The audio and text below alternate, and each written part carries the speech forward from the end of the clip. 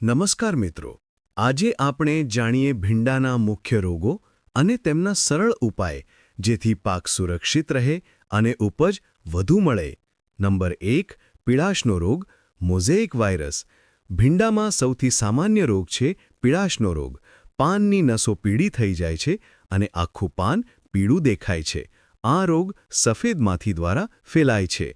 આનો ઉપાય: સફેદ માથીથી બચવા માટે સેફેક્સ કંપનીનું એમ્પાયર પાયરીપ્રોક્સીફેન 10% વત્તા બાયફ્રેન્થ્રીન 10% W/WEC દવા છાંટો અને રોગગ્રસ્ત છોડ દૂર કરો. નંબર 2. પાવડરી મિલ્ડ્યુ. પાન પર સફેદ પાવડર જેવી સ્તર દેખાય છે, જે બાદ પાન સુકાઈ જાય છે. ઉપાય: ગંધક પાવડર સલ્ફર 80% 2 ગ્રામ પ્રતિ લિટર પાણીમાં છાંટો. નંબર 3.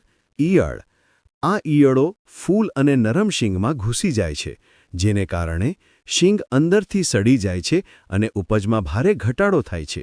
આનો ઉપાય: શરૂઆતમાં ઈયળો દેખાય ત્યારે જ ગુજરાત એગ્રી કેમિકલ્સનું ડાયનાસોર ઇમામેક્ટિન બેન્ઝોએટ 5% EC 1.5 મિલી પ્રતિ લિટર પાણીમાં ભેળવીને છંટકાવ કરવો. નંબર 4. Fusarium wilt. છોડ અચાનક કુમળાઈ જાય છે, મૂળ ભૂરા રંગની થઈ જાય છે. ઉપાય: બીજને કાર્બનડાઝિમ દવા વડે સારવાર કરો અને જમીનનું ડ્રેનેજ સુધારો.